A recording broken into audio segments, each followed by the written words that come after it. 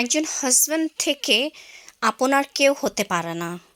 একদিন বিপদে পড়ে দেখেন না, যখন হাজব্যান্ডের কিছু থাকবে না তখন বাবার বাড়ির কথাই বলেন আর অন্য আত্মীয় স্বজনের কথাই বলেন, তখন বুঝতে পারবেন যে ন্যূনতম সম্মানটুকু আপনাকে দিতে চাইবে না তারা। আর একবেলা না খেয়ে থাকেন না, তখনও বোঝা যায় কষ্টটা কী, একটা হাজব্যান্ডের ভূমিকা কী। সমান অধিকার, সমান অধিকার তো আমরা মেয়েরা বলি, হ্যাঁ। বাসায় আমরা রান্না করতে পারি, ছেলেরা পারে না, কে বলেছে?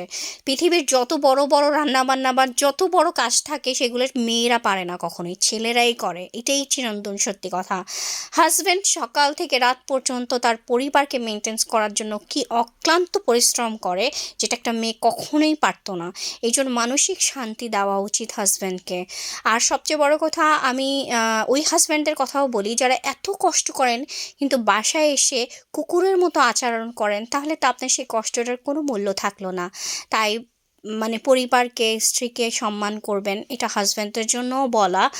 আর আপনারা এত সত্যি আপনাদের যে কষ্টটা, সেটা আসলে এক্সপ্লেন করা যায় না। আমরা একদিন বাইরে জার্নি করলে তখন বোঝা যায় কী পরিমাণ কষ্ট হয়।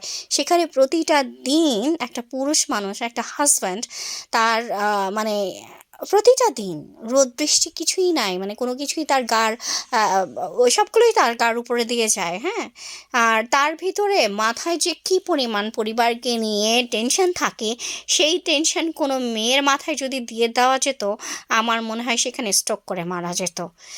আর আমি একটা কথাই বলতে চাই, সমান অধিকার, সমান অধিকার বলা যায়, কিন্তু একটা পুরুষ যেই কাজটা করতে পারে একটা মেয়ে কখনোই করতে পারে না।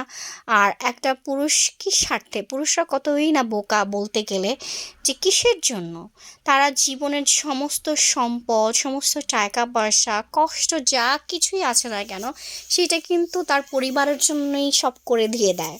আপনারা কি একটু খেয়াল করেছেন? হ্যাঁ, এত কষ্টের পরেও সম্মানটা করা উচিত।